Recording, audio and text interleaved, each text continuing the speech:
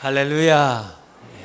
바울이 1차, 2차 선교 여행을 다니는데 오늘 부부는 아덴에서 남서쪽으로 한 80km 내려오는 고린도에서 있었던 일들을 말씀드리려고 생각합니다. 2차 선교여행 아마 지도를 여러분들이 보셔서 아시겠는데, 원래 안디옥에서 떠나가지고 쭉 돌아서 여기 아테네까지 내려왔죠. 그래서 아테네에서 고린도로 한 80km 정도 이렇게 됩니다. 이 고린도는 이 스파르타하고 아테네 중간쯤 있습니다. 이 섬처럼 보이지만은 여기 고린도 여기 운하가 뚫리기 전에는 육지로 연결이 돼 있죠. 이렇게요. 그리고 여기 고린도 항이 여기 겐그리아라고 항구가 있습니다. 그래서 여기에서 배를 타고 에베소로 넘어가 가지고 그 에베소에서 다시 가이사로에서 예루살렘에 가서 수리아로 돌아가는 것으로 2차 선교 여행이 진행이 됩니다. 고린도 가보면 유적지가 많이 있습니다. 거기 바울이 갔을 때 한 50만 명 정도 살았다고 하고요. 저기 아폴로 신전도 있고요. 여기 신전들이 많이 있습니다.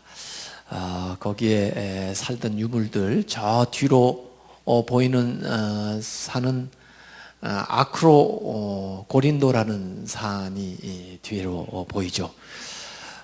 여러 가지 유적지가 있고, 그 아크로 고린도라는 그 산은요 595m 정도 되는 그 완만한 산인데, 그 산 제일 정상에는 좀 편편해 가지고 아프로디테 여신의 그 신전이 그 산 위에 있습니다. 근데 그 신전에는 여자 사제들 한 1000여 명이 거기 있어서, 그 당시는 그 이 여상한 종교가 그 종교 의식을 성적인 행위로 그 종교 의식을 했어요. 그래서 굉장히 문란한 그런 도시였습니다. 아폴로 신전 그 시내에서는 동성연애자들이 득실거리고, 또 여기 그 아크로 고린도 산 위에서는 그 성전 신전 창기들이 있어서 그런 식의 아주, 그래서 고린도서 편지에 보면은 그 성적인 죄에 대한 책망들을 바울이 많이 하고 있는데요. 근데 사실 이 아크로 고린도 이 산은요, 원래 그 까뮤의 그 시지프스의 신화 그 배경이 되는 그런 산입니다. 시지프스가 제우스한테 벌을 받았는데, 그 벌이 뭐냐면 돌을 산 아래에서 위에까지 이제 굴려 올리는 거죠. 근데 정상에 도달하면 끝인데, 정상에 도달할 쯤 되면 다시 굴러 떨어지는 거예요. 그래서 또 내려가서 올리고 또 내려가서 올리고, 그러면서 나중에 이게 무의미하구나, 해봤자 소용없구나, 그러면서 그 인생의 또는 삶의 무의미성을 이제 자각하면서부터 그 형벌을 받게 된다, 그런 얘기거든요. 그래서 인간들도 일상 생활을 하면서 무의미성을 반복하면서, 그러면서 인생에 이제 회의를 가져오는 그런 이야기들이 전부 여기서 나오고요. 여기 가면 또 이솝의 그 우화가 있었던 것들도 있고요. 여기는 고린도 운하입니다. 그래서 아까 그 고린도만에서 샤론만까지 가려면, 돌아서 가려면 340km나 돌아야 되거든요. 그러니까 이 고린도 운하를 뚫면은 물류 수송을 할 수 있잖아요. 돌아가지 않고. 그래서 원래 이걸 계획했던 사람은 로마 황제 네로였습니다. 이 네로라는 사람이 그 주후 67년에 이 공사를 착공을 하면서 유태인들을 6,000명을 데려왔어요, 이스라엘에서. 그래가지고 이 공사를 하다가 그 국내 정치가 좀 불안하게 되니까 네로가 공사를 중지하고 본국으로 돌아갔죠. 그런데 여차여차 해가지고 결국은 자살하게 되면서 이 공사를 더 이상 지속을 못하고 놔두었다가 거의 1800년이 지난 다음에 이 프랑스의 그 토목기사 레셉스라고 하는 사람이 12년 동안 공사를 진행을 해서 1893년에 이 고린도 운하가 뚫렸습니다. 거기 가서 보니까 장관입니다. 큰 배들이 동력을 다 끄고 조그마한 배에서 이끌려 가지고 이 고린도 운하를 지나가는 그런 모습들을 봤는데, 그 길이가 6.4km, 폭은 한 23m 정도 되는 이런 데입니다. 이제 고린도에 가면은 볼 게 참 많아요. 거기에 가면 이솝의 우화도 거기 여러 가지 이야기도 볼 수가 있고요. 거기에서 시작됐다고 하더라고요. 그렇습니다. 어쨌든 바울이 한 80km 정도 되는 그 길을 아테네에서 이 고린도에 이제 혼자 이렇게 오게 되는데요. 물론 아테네에서도 혼자 사역을 했지만 여러 가지로 피곤했었던 것 같아요. 아테네에서는 뭐 소위 지식 증진, 또 뭔가 내놓을 것이 많은 나름대로 문명인이라고 생각하는 사람들하고 논쟁을 하면서 자기 나름대로는 열심히 한다고 했지만은 바울은 아마 인간성에 대한 그 실망도 있었을 거고, 또 인간의 지혜가 얼마나 허무한가 하는 것들도 느끼게 됐을 겁니다. 거기에다가 또 혼자 사역을 하니까 피곤하고 여러 가지 힘들고, 또 이전에 매도 맞았고 감옥에도 있었고, 또 이 오랜 나그네 생활에 아마 육신적으로 지쳐 있었을 거고, 경제적으로도 좀 힘들어서 이제는 자기가 스스로 그 선교비를 마련해서 그 생활비를 만들어야 되는 그런 경제적인 어려움이 여러 가지 것이 아마 복합적으로 이 고린도에서 본인에게 왔던 것 같아요. 그래서 두려움도 있고, 또 마음에 분노도 치밀고, 또는 외롭고, 또 상실감에다가 또 한계성을 느끼는 데다가 또 사람들에 대한 실망감, 또 박탈감, 뭐 여러 가지 것들이 밀려오면서 육신적으로 힘들고 경제적으로 힘든 생활을 했던 것 같습니다. 이때의 상황을 바울은 고린도전서 2장 3절에서 5절까지 그렇게 표현을 했습니다. 내가 너희 가운데 거할 때, 너희들과 함께 또 고린도에 있을 때 약하고 두려워하고 심히 떨었노라. 바울같이 위대한 사람도요, 내가 약했고 내가 두려워했고 그리고 심히 떨었노라. 내 말과 내 전도함이 설득력 있는 지혜의 말로 하지 아니하고, 아마 아덴에서 그들하고 지혜자들하고 논쟁했던 것을 생각했던 것 같아요. 그러면서도 별 열매가 없었던 것들을 생각했던 것 같아요. 이제 내 인간의 지혜의 말로 하지 아니하고 다만 성령의 나타나심과 능력으로 하여 너희의 믿음이 사람의 지혜에 있지 아니하고 다만 하나님의 능력에 있게 하려 하였노라. 이렇게 고백을 하고 있습니다.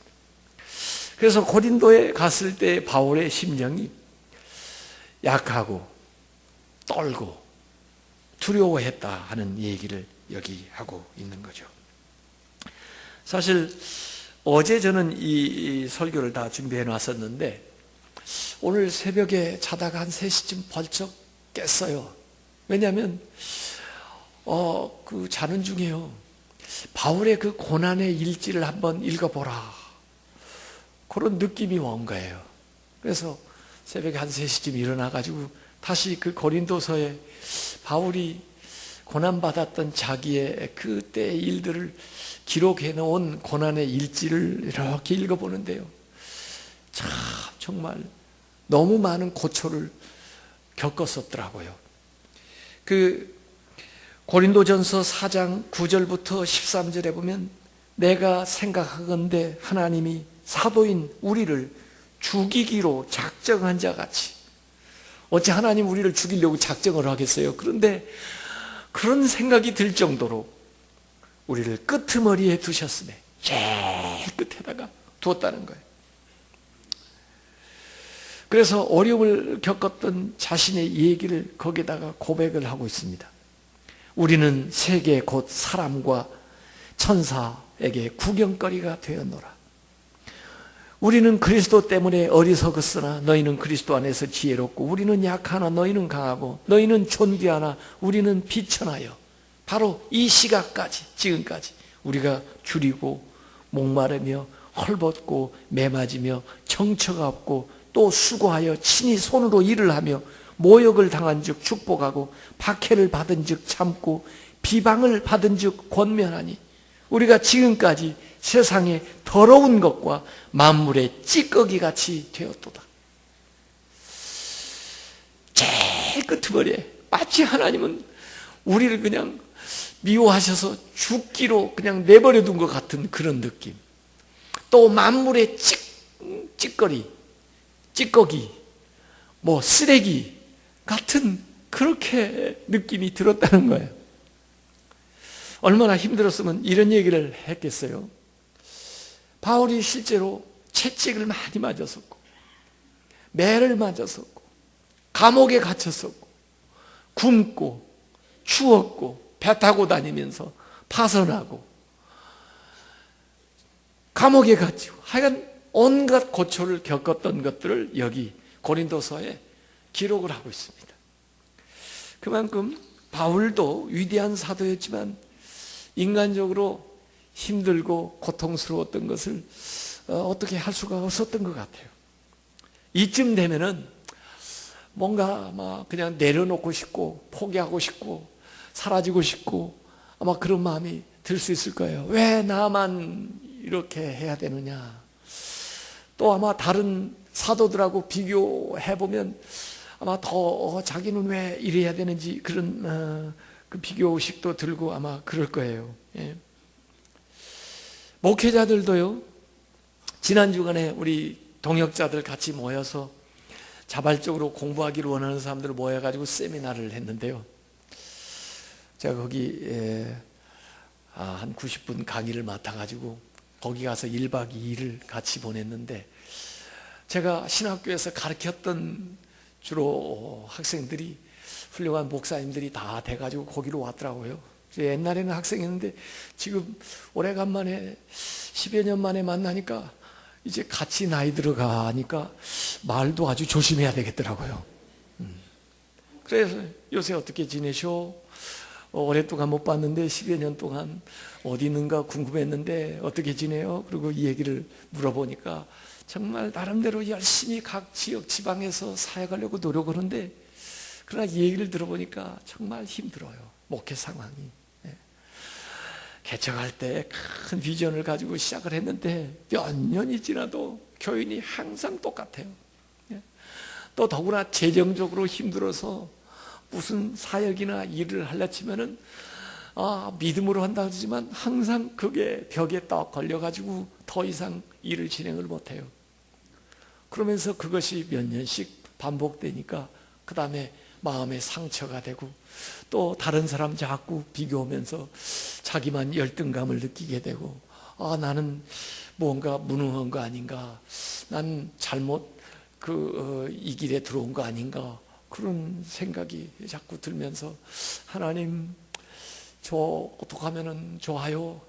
그냥 사역을 내려놓고 싶은데 그냥 내려놓기는 뭐하니까 어떻게 하나님의 방법으로 저를 여기서 빼주세요. 그런 마음도 들어가는 게 이 주의 일을 하는 사람들도 느껴요. 여러분들은 어때요? 표정이 좀 우울해 보이십니다. 요새 뭐 잘 된다 하는데 그 대기업들은 좀 잘 되는지 모르지만 조그마한 사업 하시는 분들은 다 어렵다고 그래요. 만나보니까 힘들다고, 옛날보다 더 열심히 하는데도 잘 안 된다고 그래요. 더구나 요새 대학생들이 1년에 50만 명씩 졸업을 한다는데 일자리는 10만 개도 안 된대요. 50만 명이 쏟아져 나오는데 일자리는 10만 명도 안 되니까 전부 젊은 사람들이 일자리를 찾는데 일하고 싶은데 일할 기회를 안 주는 거예요. 그게 한 해, 두 해도 아니에요. 여러 해 되니까 얼마나 힘들겠어요. 이런 상황이 계속 가중되다 보니까 가정생활도 그렇고 또 사업도 그렇고 그러니까 육신도 마음도 점점 이렇게 힘을 잃어버리는 겁니다. 그래서 하나님께서 이 바울이나 오늘 우리 동역자들이나 우리 모두를 다루실 필요가 있어요. 그래서 오늘 성령님께서 오셔서 우리의 문제를 상담해 주시고 우리에게 셈을 주시고 우리에게 능력을 공급해 주시기를 바랍니다. 우선 바울은요 고백하기를 내가 약할 때 그때 더 강하다. 왜냐하면 내가 연약할 때 주님께서 나에게 오셔서 주님의 능력을 보여주시기 때문에 내가 약할 때 오히려 주님의 역사가 나에게 많이 나타난다. 그렇게 고백을 했어요. 고린도후서 12장 9절 10절에 보면은 자기의 연약함에 대해서 주님 앞에 도와달라고 기도를 했더니 응답이 오는 거예요. 내 은혜가 내게 족하도다. 바울에게 이는 내 능력이 약한 데에서 온전하여 짐이라 하신지라. 이게 무슨 말씀인가? 그래서 도리어 내가 크게 기뻐함으로 나의 여러 약한 것에 대해서 주님께 내놓은 거예요. 이것도 약해요. 저것도 부족해요. 이것도 못해요. 그러고 자랑하니까 주님께 내놓으니까 그 이유는 그리스도의 능력이 그 약한 나에게 머물게 하려 함이라. 그러므로 내가 그리스도를 위하여 약한 것들과 지금 능력받는 것과 궁핍과 박해와 곤고를 오히려 기뻐하노니 이는 내가 약한 그때의 강함이라. 내가 약할 때 내 안에 강하게 역사하시는 주님을 믿는 것입니다. 어려울 때 힘들 때 여러분 가운데 강하게 역사하시는 주님을 믿으시기를 바랍니다.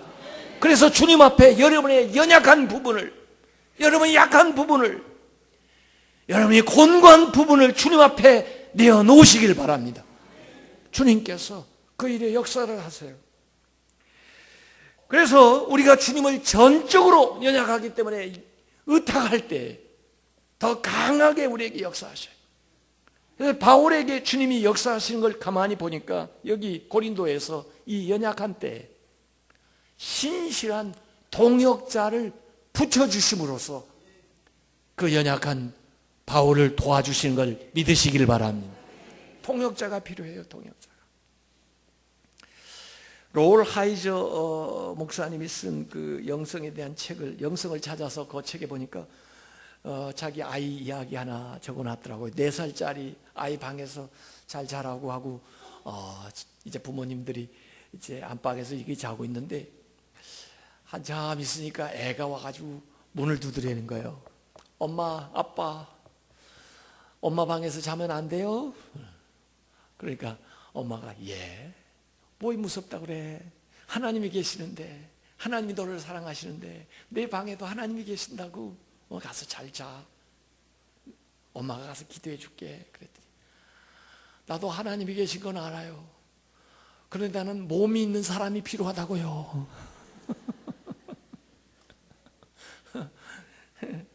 이 스킨십이 필요한 거예요. 우리 인간이기 때문에. 그래서 자꾸 요상한 것들을 만들어 놓는지 모르겠지만은 사실은 우리가 하나님, 몸을 입은 하나님이 필요해요. 몸을 입은 예수님이 필요하다고요. 그래서 예수님께서 몸을 입고 이 세상에 오셨고, 그리고 사실 우리에게 부탁하는 일은 네가 내 몸을 입고 도움이 필요한 사람에게 가서 만져주고 그들을 붙들어주고 그들을 이끌어주라는 거예요. 우리에게는 몸이 있는 하나님이 필요해요. 우리에게는 몸이 있는 예수님이 필요하다고요. 그래서 이 바울에게 하나님께서 이 아굴라 부부를 보내주신 거예요. 이 아굴라와 브리스길라 이 부부는요, 이 아굴라는 원래 터키 본도 사람인데, 이 본도라고 하는 것은 터키 제일 위쪽에 흑해 가까운 쪽에 있는 지역 사람인데 아마 로마에 가게 됐나 봐요. 이 사람은 원래 천막 만드는 업을 하는 사람인데 로마에 가가지고 브리스길라라는 여성을 만났는데, 이 브리스길라는 로마의 귀족 계급에 속하는 아주 로마 시민권을 가지고 있는 여성인데, 이 아굴라하고 어떻게 믿음이 맞아서 그러는지 결혼을 했어요. 그래서 성경에 종종 그 브리스길라가 좀 앞에 나오기도 하고 그래요. 굉장히 리더십이 있는 여성이었던 것 같아요. 어쨌든 이 가정은 믿는 가정이 됐는데, 그 로마의 황제였던 사람이 황제가 되면서 유대인들을 그 로마에서 다 나가라고 그랬어요. 글라우디오 황제가 주후 49년에 로마에 이제 유대인들이 아마 무슨 폭동을 일으키고 그랬는지 해서 로마시에 살고 있는 유대인들은 다 밖으로 나가라. 그래가지고 이민을 온 것이 이 고린도로 온 거예요. 와서 거기에서 천막 만드는 일을 하면서 지내는데, 바울도 이 고린도를 갔다가 이 아굴라 부부를 만나게 된 겁니다. 보니까 같은 천막 만드는 일을 할 뿐만 아니라 이분들이 어떤 경로를 통해서든지 신자가 된 거예요. 이미 기존. 그러니까 같이 동역자가 된 거죠. 그래서 이 아굴라 부부가 이 바울을 자기 집으로 초청해가지고 그 집에서 살면서 같이 또 천막도 만들면서 사역을 하는 거예요. 그야말로 이분들은 천막 만드는 일을 하지만은 그 사업이 그야말로 사역이에요. 여러분의 사업을 사역으로 만드시기 바랍니다. 사업만 해서는 반쪽밖에 못하는 거예요. 그 사업으로 사역을 해야지. 이 아굴라 부부는 정말 모범적인 가정이에요. 그래서 이 고린도 교회가 그 아굴라 집에서 시작되게 된 거예요. 얼마나 힘이 되겠어요. 그래서 이분들이 이때부터 바울의 동역자가 돼가지고 17년 동안 바울의 후원자가 되면서 동역을 감당하면서, 또는 때로는 바울이 남긴 일들을 해요. 오늘 이 고린도 여기 오늘 사도행전 18장에도 보면은 그 1차, 2차 선교여행 마무리할 때에도 이 고린도에서 떠나가지고 예배소, 갱그리아 향해서 배를 타고 예배소로 갈 때, 그때 이 아굴라 부부가 동행을 합니다. 이사 가는 거죠. 바울 따라서. 바울을 후원하기 위해서. 그래서 예배소에 가서 또 집을 구하고 그 집이 예배소 교회가 되는 거예요.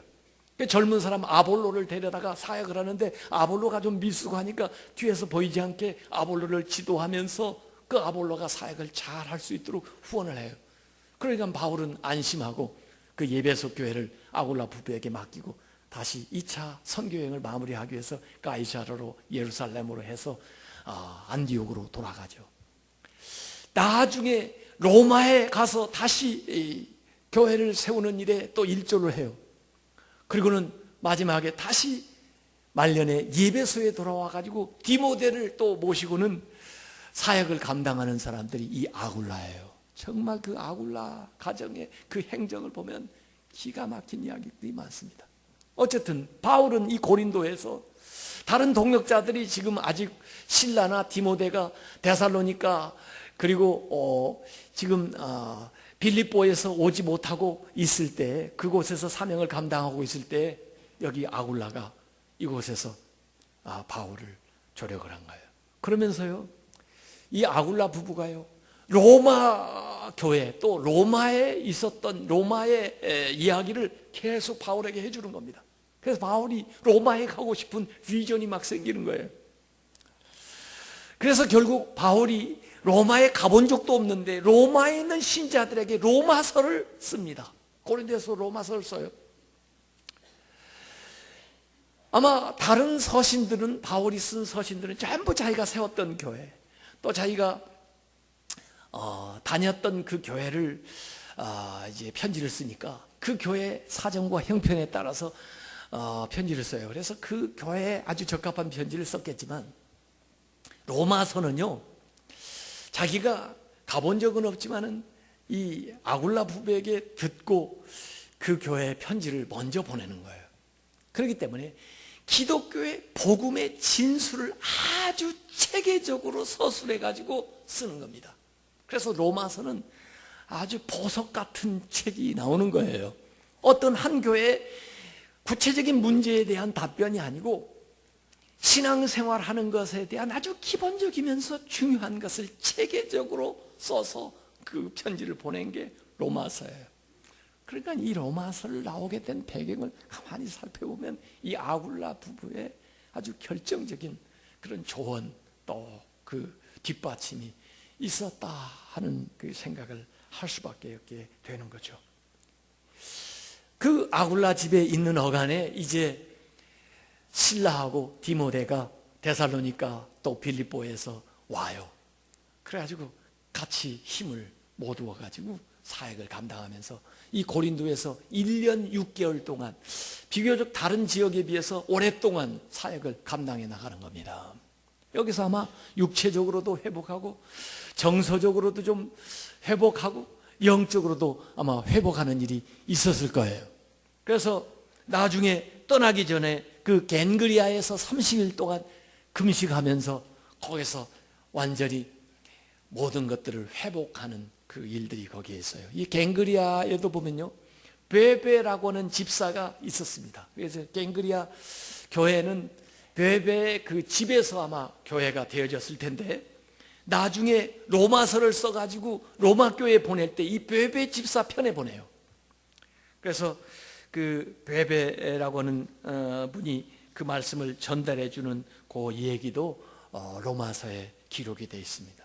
어쨌든 우리가 힘들 때 하나님은 더불어 함께 살라고 우리를 만들어 주신 거예요. 그래서 혼자 물론 믿음 생활하는 사람들이 있다고 그래요. 교회는 안 나가 그래가지고 요새 가나안 신자라고 그러던데 안 나가가 가나안이래요. 거꾸로 하면은.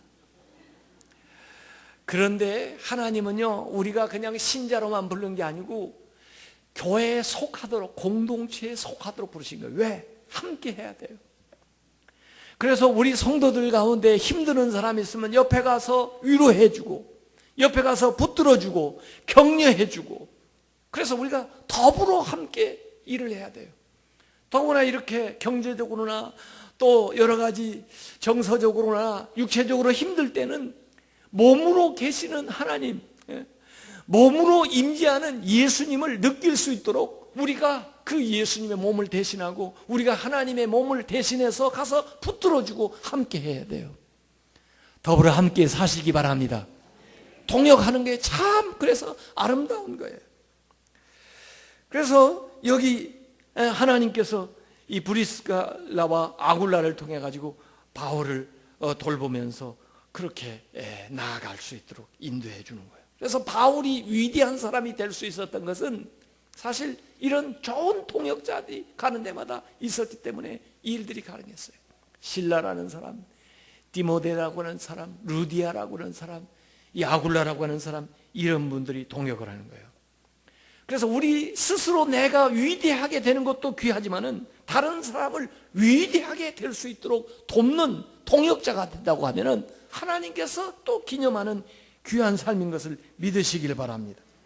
이래서 힘이 나가지고 유대인들에게 오늘 보니까 예수는 그리스도라고 밝히 증언했다, 그렇게 얘기를 했습니다.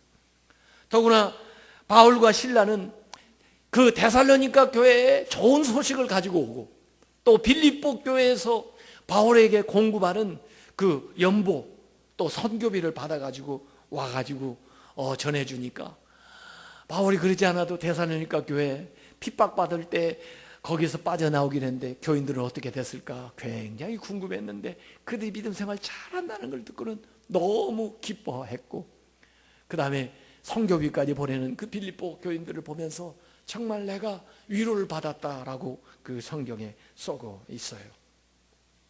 이렇게 하나님께서 우리를 돕기 위해서 우리 주변에 있는 우리 모두가 서로 동역자가 되고 힘을 붙돋아주고 위로하는, 격려하는 그런 성도들이 되시길 바랍니다. 그래서 고린도 후서 7장 6절에도 보면은 낙심한 자를 위로하시는 하나님이 디도가 옴으로 우리를 위로하셨다. 디도를 보내셔가지고 디도가 와서 우리에게 큰 힘이 됐다, 이런 말을 바울이 하고 있습니다.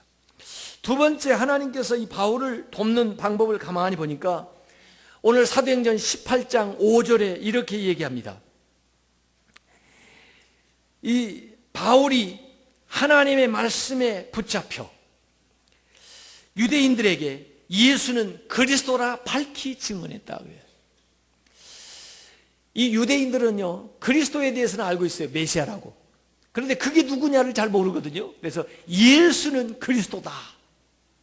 아주 간단하게 전하는 건데, 이 말씀을 증거하기에 앞서 보니까 바울이 하나님의 말씀에 붙잡혀서, 하나님께서 우리에게 힘과 용기를 주시는데 말씀으로 힘과 능력을 공급하는 것을 믿으시길 바랍니다. 우리가 침체 상태에서 어려움에서 헤어나올 수 있는 길은 하나님의 말씀에 사로잡히는 길밖에 없어요. 하나님의 말씀이 나를 붙들어 줄 때, 하나님의 말씀이 나에게 능력을 공급할 때, 하나님의 말씀이 나와 함께 할 때 우리가 어려운 중에도 나아갈 수가 있습니다. 그래서 오늘 바울이 말해요. 기도하는 중에 밤에 주님께서 환상 가운데 9절 10절에 얘기하십니다. 환상 가운데 바울에게 주님께서 나타나셔서 이 얘기를 하시는 거예요. 다메섹에서 나타나셔서 얘기하신 것처럼 여기 또 나타나셔서 바울이 어려우니까 주님이 직접 말씀해 주시는데 3가지 메시지가 들어있더라고요. 두려워하지 말며 침묵하지 말고 말하라. 저들이 대적하고 위협하지만은 두려워하지 말고 말하라. 이게 첫 번째 메시지고, 두 번째 메시지는 내가 너와 함께 있음에 어떤 사람도 너를 대적하여 해롭게 할 자가 없을 것이라. 이 말씀은 사실 여호수아에게 약속한 것과 똑같은 거예요. 여호수아가 모세가 사라지고 나서 두려워하니까 두려워하지 마라. 내가 모세와 함께한 것처럼 너하고 함께 하겠다 약속한 것과 똑같아요. 두려워하지 말고 말해라. 내가 너와 함께 해서 어떤 사람도 너를 대적하지 못하도록 내가 막아주겠다. 그 다음에 3번째는 이는 이 성 중에 내 백성이 많다. 네 눈에는 잘 안 보이고 아직 그 열매가 안 보이지만은 이 성에 내 백성이 많이 있다는 거예요. 그러니까 안심하고 확신 가지고 가서 전하라고 해요. 전하게 되면 그들이 내 백성이 된다. 너를 따르는 사람이 된다는 거예요. 이런 말씀으로 이 바울에게 용기를 주는 겁니다. 저도 이 설교할 때 때때로 말해요. 어떤 때는 두려워할 때가 있어요. 이렇게 많은 분들에게, 귀한 분들에게 내가 이 보잘것없는 사람이 어떻게 하나님 말씀을 전할 수 있나. 그런데 이런 확신을 주더라고요. 두려워하지 마라. 내 백성이다. 전부 내 백성이다. 하나님을 사랑하는 백성들이야. 다 네 편이야, 네 편. 그러니까 가서 그냥 말씀 전해. 다 좋아할 거야. 다 받아들일 거야. 이 말씀을 저에게 딱 확신을 주시니까 그때부터 용기가 나더라고요. 그렇지. 딱 우리 편인데. 하나님 주신 말씀 그대로 전하면 되는 걸 뭘 두려워해. 바울에게 이런 확신을 주는 거예요. 여러분이 세상의 누구의 위로와 어떤 여러분의 실력을 믿기보다는 하나님의 말씀을 붙들고 하나님의 말씀에 붙잡혀서 말씀을 소망으로 삼고 말씀을 비전으로 삼고 말씀의 능력 안에서 담대히 나아가시길 주님의 이름으로 축원합니다. 그러니까 말씀을 우리가 주야로 묵상을 해야 돼요. 그리고 말씀을 들어야 돼요. 그리고 그 주시는 말씀을 붙들어야 돼요. 그때 말씀이 여러분을 바울처럼 강하게 붙들어줘서 어느 상황에서도 용감하게 말씀을 전할 때 능력이 나타나게, 그리고 말씀 가운데 환상과 비전, 소망을 볼 수 있도록 그렇게 역사하는 것을 믿으시길 바랍니다. 그래서 이 백성이 많다, 내 백성이 많다 하는 것은 마치 엘리야한테 네 눈에는 안 보여도 내가 7,000명 바알에게 무릎 꿇지 않은 자를 남겨놓았어, 그렇게 말씀하는 것과 똑같아요. 가서 증거해 보니까 사람들이 믿기를 시작하는데 말이에요. 거기 가보니까 정말 그 디도 유스도라고 하는 사람, 그 사람도 영접하고는 자기 집으로 와서 거하면서 말씀을 전하라고 해요. 그 당시는 전부 가정교회니까 거기 그 가정 디도 유스도 집에 아마 교회가 세워졌을 거예요. 그런데 그 옆에가 바로 회당이에요. 그래서 회당에 가서 전도하는데 그 회당장 그리스보라고 하는 사람이 영접하는 거예요. 자기만 영접하는 게 아니라 온 가족이 다 예수를 믿게 돼가지고 바울이 그 그리스보 회당장, 대단한 유력자인데 그 집에 가서 그 온 가족들을 다 세례를 주게 된 겁니다. 놀라운 일이 일어나죠. 그 다음에 또 다른 그 회당장인데 그 소스데네라고 하는 사람도 역시 그 회당장인데 주님을 영접하게 되는 거예요. 이렇게 되니까 그 지역 고린도에 있는 사람들이, 많은 사람들이 신자가 되고 그 사역을 감당하기 위해서 1년 6개월 동안 그곳에서 머무르면서 사역을 감당하게 된 것을 믿으시기를 바랍니다. 하나님의 말씀이 우리를 붙들면은 우리에게서 생각할 수 없는 놀라운 능력이 나오게 되고 또 다른 사람들을 변화시키는 위대한 일들이 일어나게 되는 것을 믿으시기를 바랍니다. 그리고 보니까 마지막으로 사역의 열매를 통해서 힘을 주더라고요.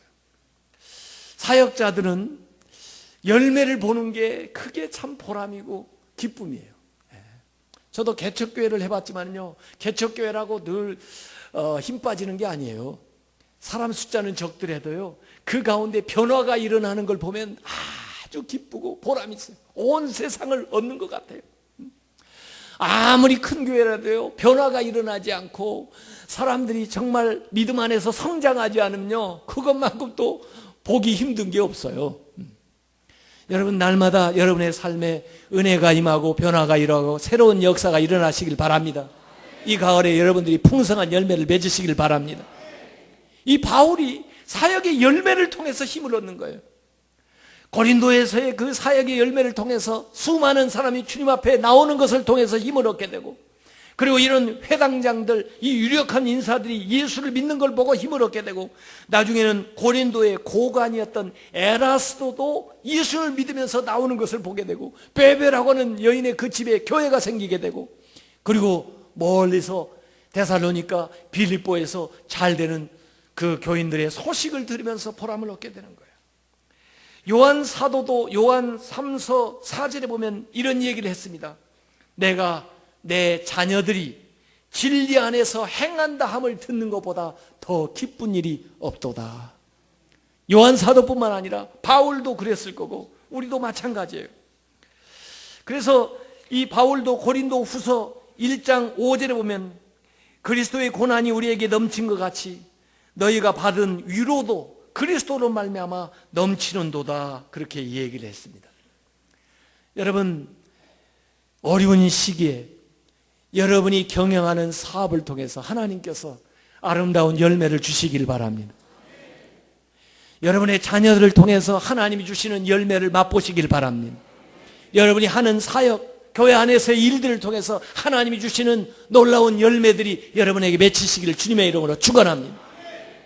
우리가 어렵지만 힘들지만 하나님 우리를 격려하시기 위해서요, 주시는 열매들이 있어요. 자녀들을 통해서 주시는 열매가 있어요. 사업을 통해서 주시는 열매가 있어요. 여러분이 경영하는 이 사역을 통해서 주시는 열매가 있다고요.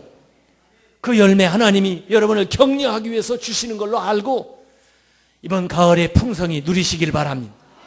보니까 이 바울을 하나님이 격려하셔서 다시 힘을 얻게 하는데, 동역자들을 통해서 서로 격려하고 서로 같이 일하게 함으로써 힘을 얻게 만들어주고, 또 하나님의 말씀을 통해서 그를 붙들어주고 그에게 용기를 주고 능력을 주고 역사를 일으키고, 그리고 그가 행하는 일의 열매를 통해서 하나님께서 바울을 격려하면서 더 힘차게 나가도록 격려해 주시는 겁니다.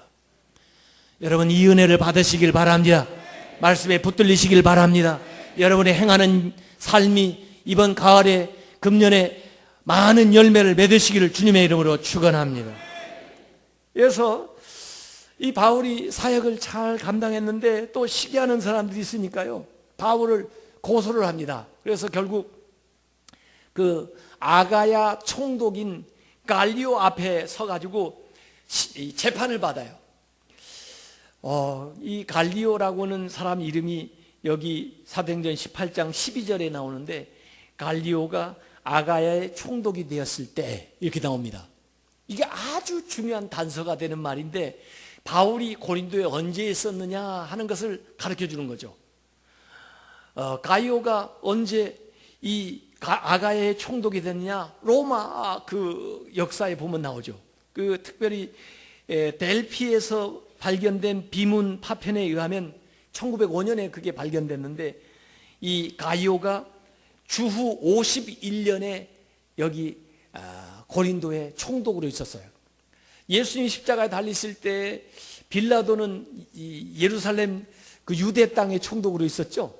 서교라는 총독이 또 다른 지역에 있은 적도 있고 그러는데 여기 아가야 지방에는 이 갈리오가 주후 51년에 그 총독으로 있었는데 이때 이 앞에 사람들이 바울을 끌고 와가지고 고소를 하는 겁니다. 이 유태인인데 이상한 하나님을 전한다고. 그런데 이 가이오가 그를 보고, 사실 이 가이오는요 유명한 철학자 세네카의 동생입니다. 아주 유명한 사람이에요. 그 가문이 대단한 가문이에요, 로마 사람으로서. 근데 이 사람이 잘 들어보고는 이건 뭐 종교 관련된 건데 무슨 내가 재판을 할 만한 어떤 죄가 없으니 그냥 놓아줘라. 그래가지고 바울을 놓아줘요. 그렇게 재판했던 그 장소를 가보고 싶지 않으세요? 그래서 제가 갔다 왔어요. 여기를 그 베마라고 부르는데, 베마라고 이 돌단 쌓아놓은 위에가 이 법정이에요. 법정 재단이에요. 이 법정에 가이오가 쓰고 저 아래 저기 무릎 꿇은 사람 있는 데가, 거기가 바울이 무릎 꿇고 있는데요. 그 돌에. 그래가지고 거기서 저기 위에 있는 재판정에서 바울을 내려다보면서 신문을 하는 거죠. 바울은 거기서 무릎 꿇고 신문을 당한 거예요. 그런데 죄 없다 해가지고 풀어주는 겁니다. 이 돌이 옆에 가서 이 바울이 거기 신문 당한 데니까 이게 굉장히 중요한 위치라고요. 이렇게 해가지고 풀어줬는데 유대인들이 그냥 놔두질 않습니다. 그 회당장 소스데네라고 하는 사람, 당신 책임이야. 당신이 이 회당 책임지면서 이런 사람들 들여가지고 말씀 전하게 해. 그래가지고 그냥 소스데네를 공개적으로 매질을 하는 사건이 거기에 나옵니다. 그래서 바울은 이 갱그리아에 내려가가지고 거기에서 30일 동안 금식하면서 그 다음에 서원하는 일이 나오는데요. 이 갱그리아에 옛날에는 그 항구였는데, 그러니까 가보니까 이제는 물이 많이 들어와가지고요. 옛날 교회당 있었던 데, 아마 베베 집사 집일 수도 있을 거예요. 거기 베베 집사 집에 교회가 있었으니까 거기 이제 물이 쫙 많이 들어온 거기입니다. 그래서 여기 갱그리아에서 바울이 이제 이 고린도 교회는 아굴라와 브리스길라와 함께 여기 갱그리아에서 배를 타고 예배소로 이제 같이 가는 기사가 여기 성경에 나와 있죠. 그래서 18절에 배 타고 수리아로 떠나갈새 브리스길라와 아굴라도 함께 하더라.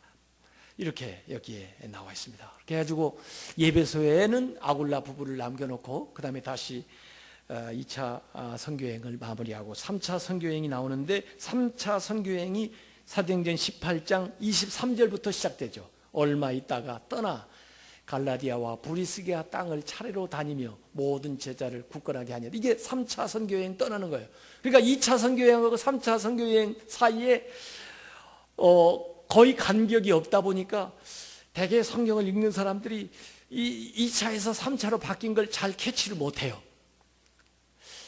그런데 제가 가만히 생각해보니까 고린도에서 아마 바울이 충분히 회복이 되고 힘을 얻었기 때문에 별도로 다른 어떤 쉬는 과정이 없이 곧바로 3차 선교 여행을 떠났겠구나 하는 추정을 가능케 하는 그런 대목이죠. 사역자도 때로 피곤하고 사업하시는 분들도 때로 힘을 잃어버릴 때가 있고 또 인생살이도 어려울 때가 있습니다. 그러나 주님은 우리를 목회하시기 때문에 다양한 방법으로 우리를 찾아오시는데, 때로는 옆에 있는 사람들을 통해서 여러분을 위로하고 여러분을 붙들어주고 여러분과 같이 더불어 일하도록 하나님께서 도와주는 걸 믿으시길 바랍니다. 때로는 하나님께서 여러분에게 적절한 말씀을 주셔서 그 말씀으로 여러분을 굳건하게 붙들어 주셔서 어려운 상황 속에서도 용기를 잃지 않고 담대하게 나아갈 수 있도록 힘을 공급하는 걸 믿으시길 바랍니다. 또 때로는 여러분이 애썼던 일들에 대한 아름다운 열매, 풍성한 열매를 여러분에게 주심으로써 여러분이 거기에 보람을 얻고 다시 힘을 얻어서 일하게 도와주시는 것을 믿으시길 바랍니다.